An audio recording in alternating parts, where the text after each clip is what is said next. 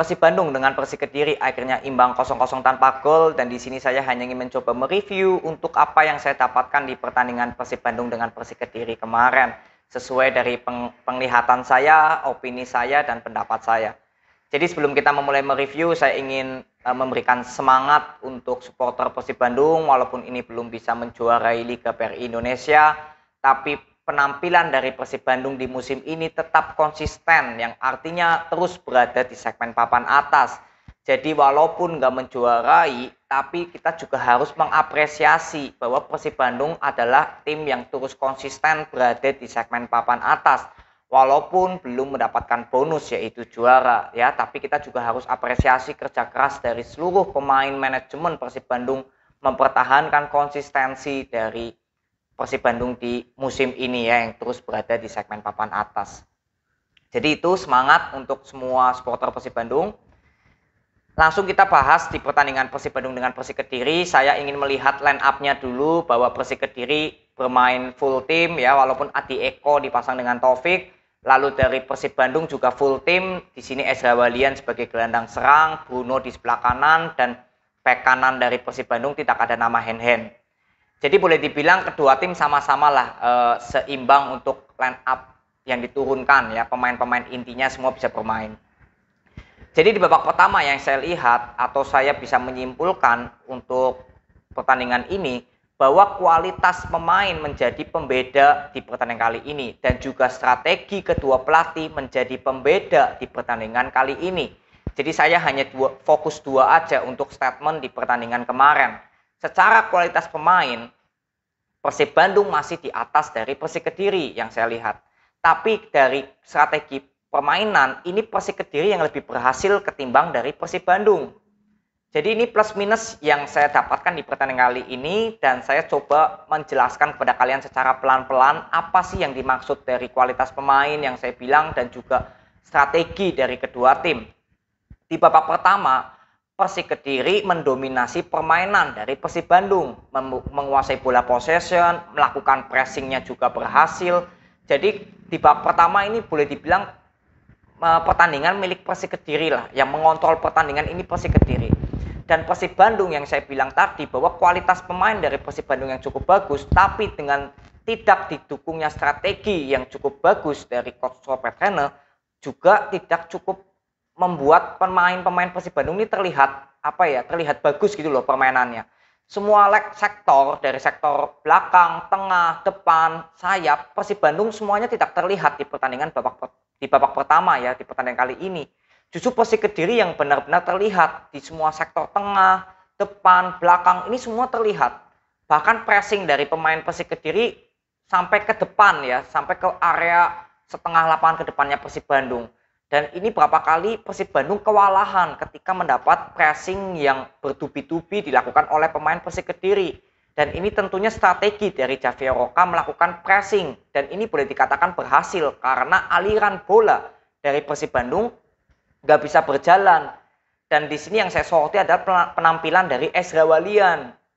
Ezra Walian menurut saya di pertandingan kali ini lagi di luar dari perform yang bagus ya, karena sentuhan pertamanya ya, touch bolanya ini juga cukup kurang baik ya. Kalau yang saya lihat dari Ezra Walian, berapa kali mendapat umpan dari Rashid, kalau nggak clock bolanya justru nggak bisa dikontrol dengan bagus. Dan ketika nggak bisa mengontrol bola dengan bagus sepersekian detik, pemain Persik sudah langsung memberikan pressing. Nah ini yang menjadi berapa kali pemain Persib Bandung kepercayaan dirinya ini berkurang saat mendapatkan bola karena pressing yang dilakukan oleh Persik Kediri.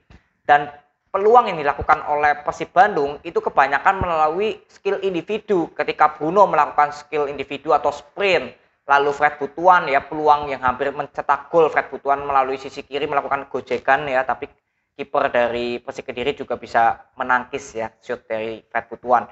Jadi pemain dari Persib Bandung hanya mengandalkan permainan skill individu dari Fred Butuan, Bruno maupun Davita Silva.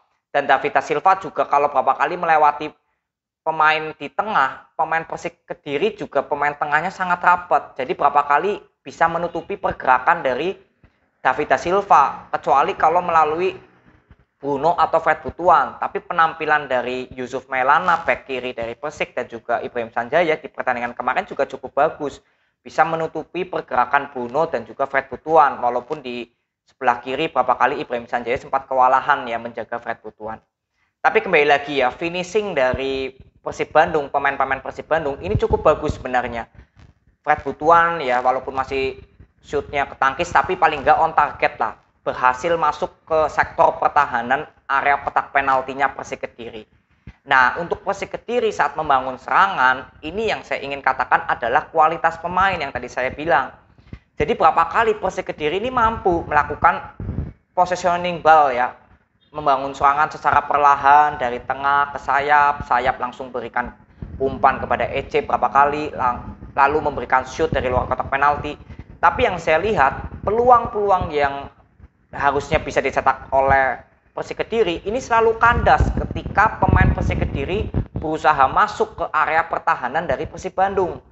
Dan ketika Fahmi misalkan membawa bola dari sebelah kanan, Fahmi ini bagus ya penampilannya, ngotot, ngeyel gitu ya mainnya. Tapi juga finishing atau opsi keduanya dari Fahmi ini yang saya lihat kurang bagus. Kalau secara skill individu, sprint, kengototan itu bagus. Tapi opsi kedua setelah melakukan skill individu itu mau apa? Nah itu yang saya kurang lihat dari Fahmi begitu bagus.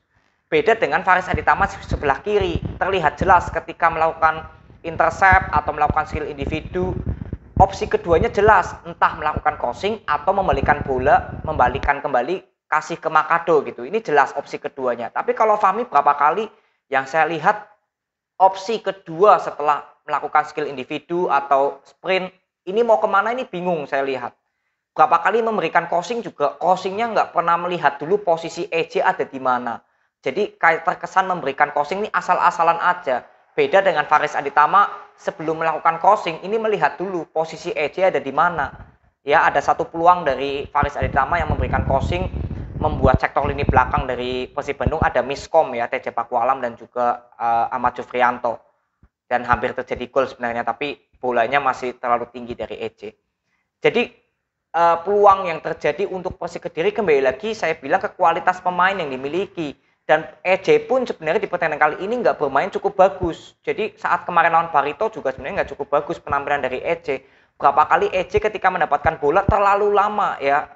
Jadi terkesan seperti ingin mencetak gol sendiri tanpa memberi operan kepada Faris Aditama di kiri dan Fahmi di kanan. Ini berapa kali saya lihat EJ terlalu lama membawa bola.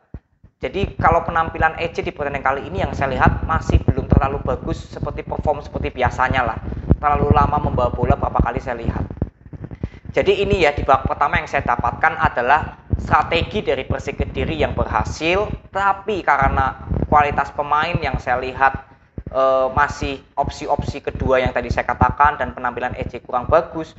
Jadi ya itu ya mentok gitu loh, sampai depan seperti mentok, nggak ada kill the game atau pembunuh killer golnya gitu loh. Berapa kali shoot dari luar kotak penalti lah yang paling berbahaya dari Makado, dan juga ada Fahmi yang shoot dari luar kotak penalti tapi masih off target. Jadi masih jarang lah melakukan intercept sampai ke area tengah kotak penaltinya Persib.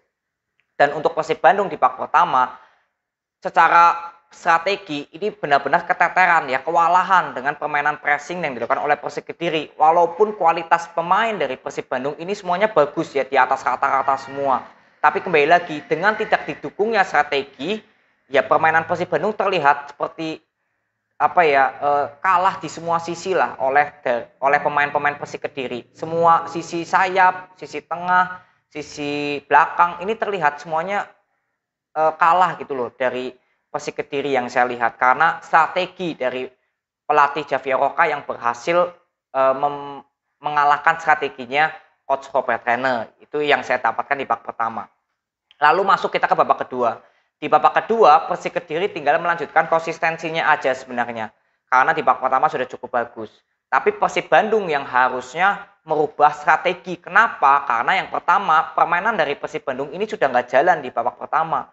Lalu yang kedua, Persib Bandung ini harus mencetak gol karena masih ada peluang atau kesempatan menjuarai Liga Indonesia. Jadi mau nggak mau ini Persib Bandung harus menang lah di pertandingan kali ini. Jadi saya melihat bagaimana di babak kedua dong apakah coach Robert Rene akan mengganti strateginya atau pemain-pemain yang masuk lebih killer lagi. Tapi justru di sampai menit 55-an ya kalau nggak salah, ini Persib Bandung belum menggantikan pemain dan strateginya tetap masih sama yang saya lihat. Tidak ada perubahan strategi. Jadi di babak kedua pun di 10 menit awal itu Persik Kediri yang tetap masih bisa mendominasi atau mengontrol pertandingan. Nah, ketika Ezra Walian diganti, lalu Feby Haryadi dimainkan, Deddy Kusnandar bermain, sebenarnya sektor tengah dari Persib Bandung ketika Klok ya digeser menjadi gelandang serang menggantikan posisi Ezra Walian, sebenarnya ada beberapa peluang yang terjadi melalui skill individu dari Feby Haryadi yang melakukan umpan kepada Klok, tapi sayang finishing Klok kembali lagi nggak maksimal ya, melenceng ke gawang dari Persik Kediri. Jadi hanya peluang yang saya lihat dari Persib Bandung itu benar-benar tetap mengandalkan skill individu. Ketika Feby Haryadi dimainkan, ini nggak merubah strategi. Dari Persib Bandung ini nggak merubah strategi, tapi hanya ingin mencoba skill individu agar bisa dimanfaatkan oleh pemain Persib Bandung. Makanya memasukkan Feby Haryadi. Tapi tetap untuk secara permainan, Persib Bandung belum bisa mengontrol pertandingan. Masih belum bisa keluar dari tekanan Persik Kediri di babak kedua. Jadi yang saya lihat adalah strategi dari coach Robert Rene ini sebenarnya nggak merubah strategi, tetap masih sama. Permainan dari Persib Bandung kalau yang saya lihat ini tetap masih oportunis. Dalam arti kata oportunis itu nggak ada penyerangan, membangun serangan yang terorganisir. Jadi benar-benar oportunis mengandalkan skill individu, entah dari Feby Haryadi, Bruno, DDS, Fred Butuan. Tapi di semua lini kalau kalian lihat kemarin, Persik Kediri pun secara pertahanan juga bagus. Fred Butuan juga nggak terlihat di babak kedua. Feby Haryadi paling hanya 2 kali melakukan skill individu, tapi sisanya sudah dilakukan pressing dulu. Antara pelanggaran atau yang kedua bolanya hilang ketika Feby Haryadi melakukan skill individu. Karena dengan permain pressing seperti ini, aliran bola dari Persib Bandung yang harusnya bisa berjalan, justru coach Robert Rene nggak memberikan arahan untuk strategi yang berbeda seperti di babak pertama. Ini yang saya lihat ya, pendapat saya. Jadi kalian boleh setuju nggak setuju itu bebas ya berpendapat. Jadi yang saya lihat seperti itu. Dan Persik Kediri juga di babak kedua saat membangun serangan tetap sama ya, tetap konsisten seperti babak pertama. Peluang-peluangnya juga kembali lagi banyak peluang tapi dari luar kotak penalti. Beberapa kali Makado yang membahayakan, shoot kaki kirinya ya beberapa kali berbahaya. Lalu lewat free kick ya. Jadi bola-bola dari luar kotak penalti lah dari Persik Kediri yang beberapa kali memberikan peluang gol. Tapi kalau untuk sampai ke pertahanan terakhirnya Persib Bandung, ini Persik Kediri ini belum terlihat. Jadi kembali lagi yang saya katakan tadi, statement saya bahwa kualitas pemain yang dimiliki dari Persib Bandung belum bisa memenangkan duel sampai masuk ke area pertahanannya Persib Bandung. Ini ya yang saya bilang di statement tadi masalah kualitas pemain. Jadi banyak peluang dari Persik Kediri ini dari luar kotak penalti yang saya lihat, dari free kick juga dari Makado. Jadi kembali lagi ketika Persib Bandung ingin mencoba keluar dari tekanan Persik Kediri sampai pertandingan selesai, ini saya nggak melihat perubahan strategi yang dilakukan oleh coach Robert Rene, melihat bahwa sebenarnya aliran bola dari Persib Bandung ini sudah nggak jalan. Nah ini saya nggak melihat adanya perubahan strategi. Jadi DDS, Bruno, lalu Fred Butuan, Feby Haryadi di babak kedua ini juga nggak terlihat cukup bagus lah.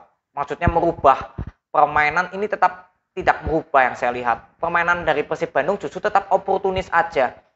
Melakukan skill individu terus dari pemain sayapnya tanpa ada membangun serangan yang terorganisir gitu loh, yang rapi. Terlihat seperti gasa-gusu permainan dari Persib Bandung di babak kedua.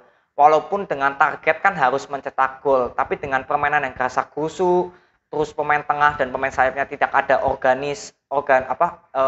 organisasi yang cukup bagus membangun serangannya.